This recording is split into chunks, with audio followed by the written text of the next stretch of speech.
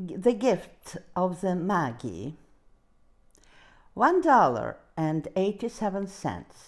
Oh, that was all. And 60 cents of it was in pennies.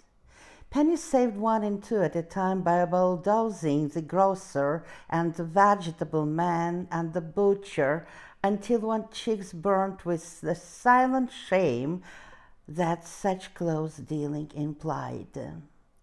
3 times Della counted it.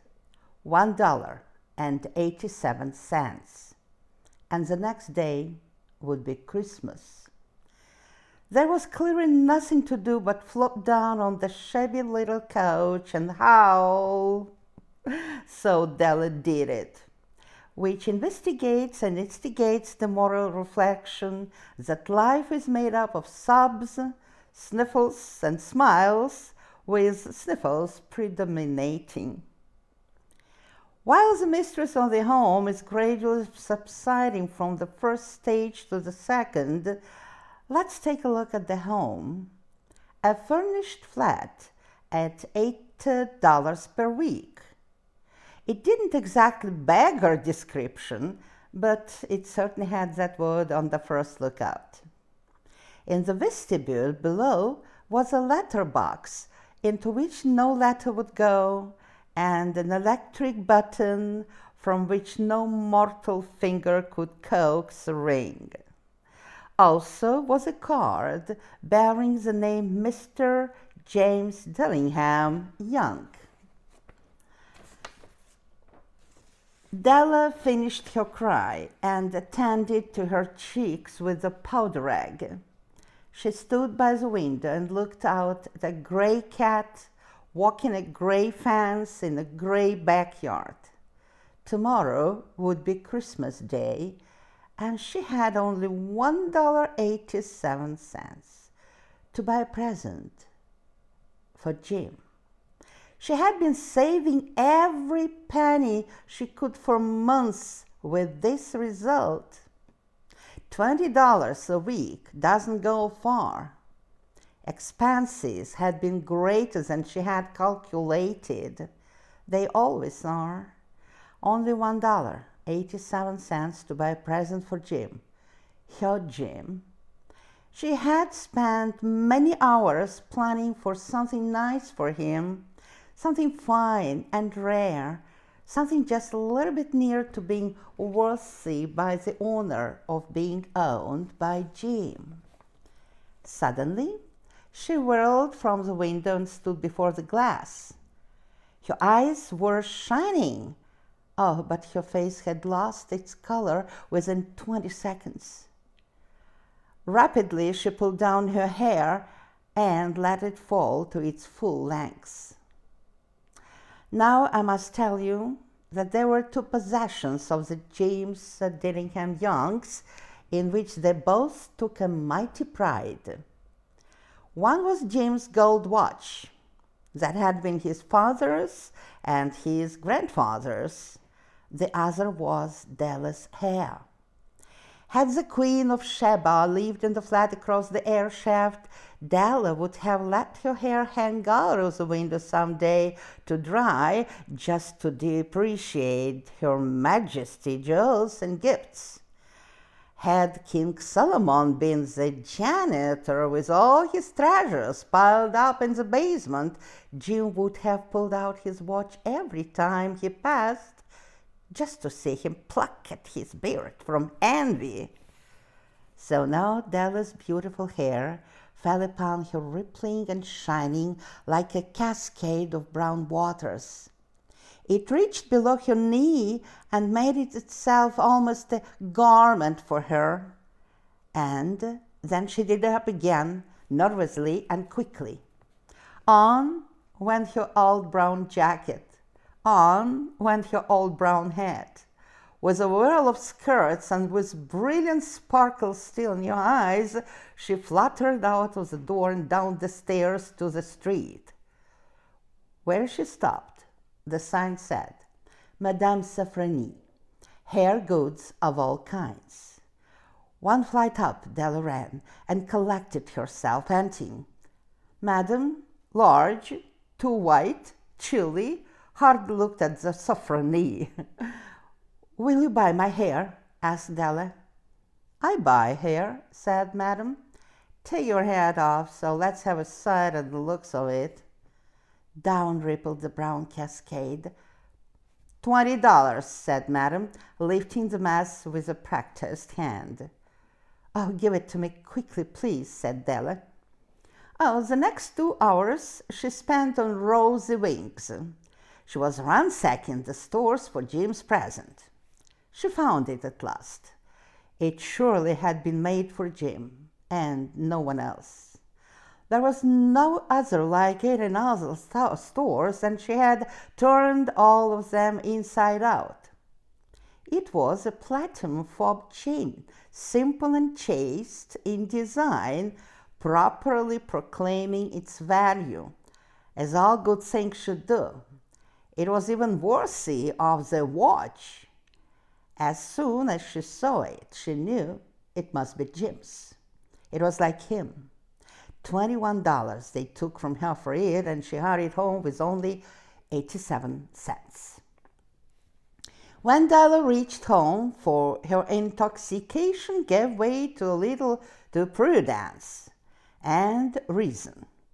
She got out her curling irons and lighted the gas and went to work repairing the ravages made by generosity added to love, which is always a tremendous task, dear friends, a mammoth task.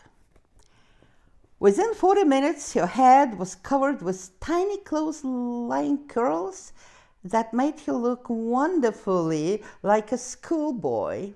She looked at her reflection in the mirror long, carefully, and critically. "If Jim doesn't kill me," she said to herself, "before he takes a second look at me, he'll say I look like a Coney Island chorus girl. But what could I do? Oh, what could I do with $1.87? At 7 o'clock, the coffee was made, and the frying pan was on the back of the stove, hot and ready to cook the chops. Jim was never late.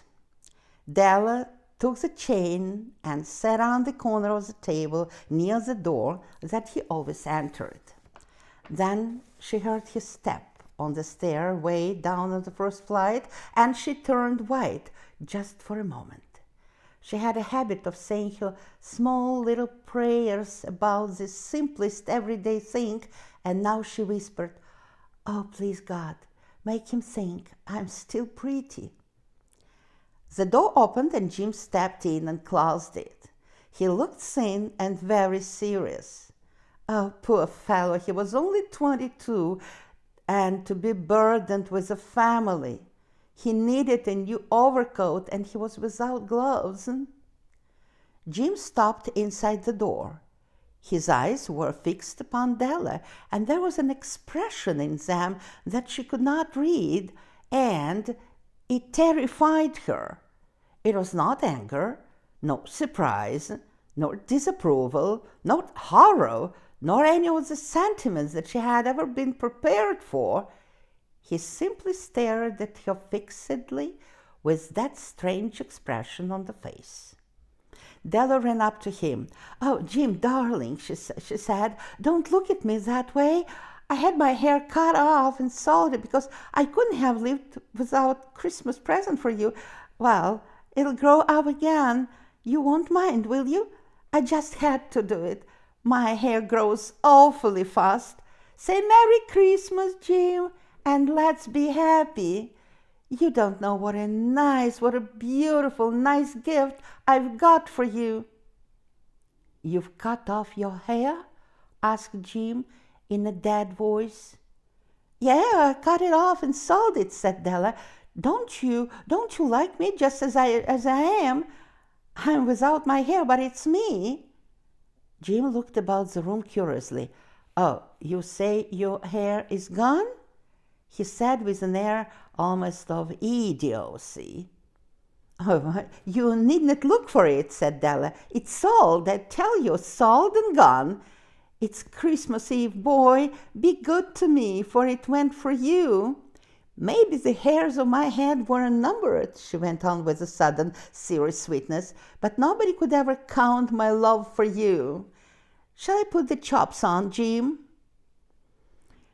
Jim drew a package from his overcoat pocket and threw it upon the table. Oh, don't make any mistake, Dell, he said, about me.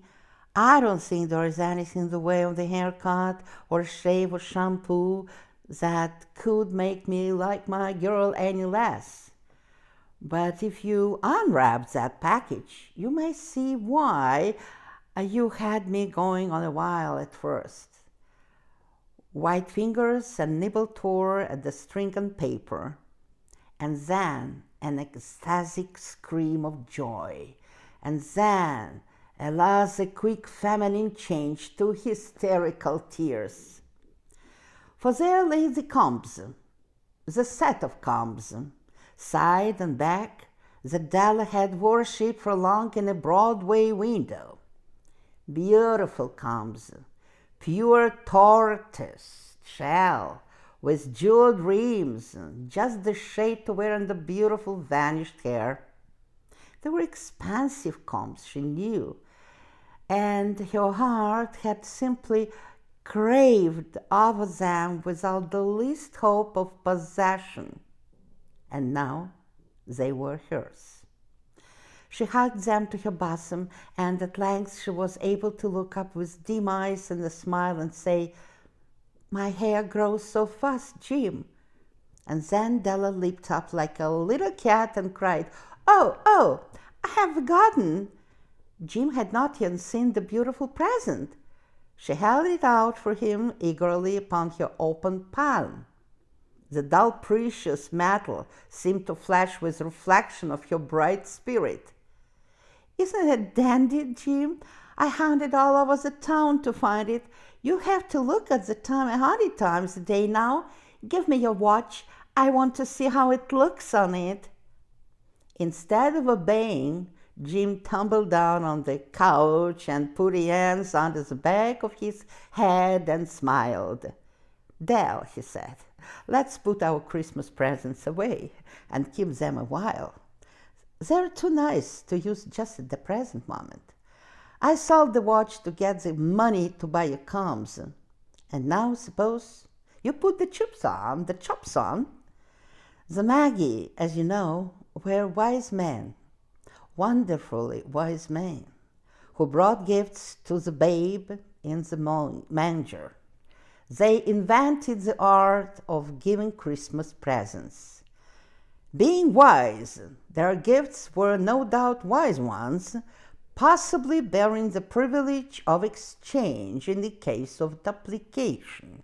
And here I have told you the story about two foolish children and a cheap flat who most unwisely sacrificed for each other the greatest treasures of their house. But in a last word to the wise of these days, let it be said that of all who give gifts, these were the wisest.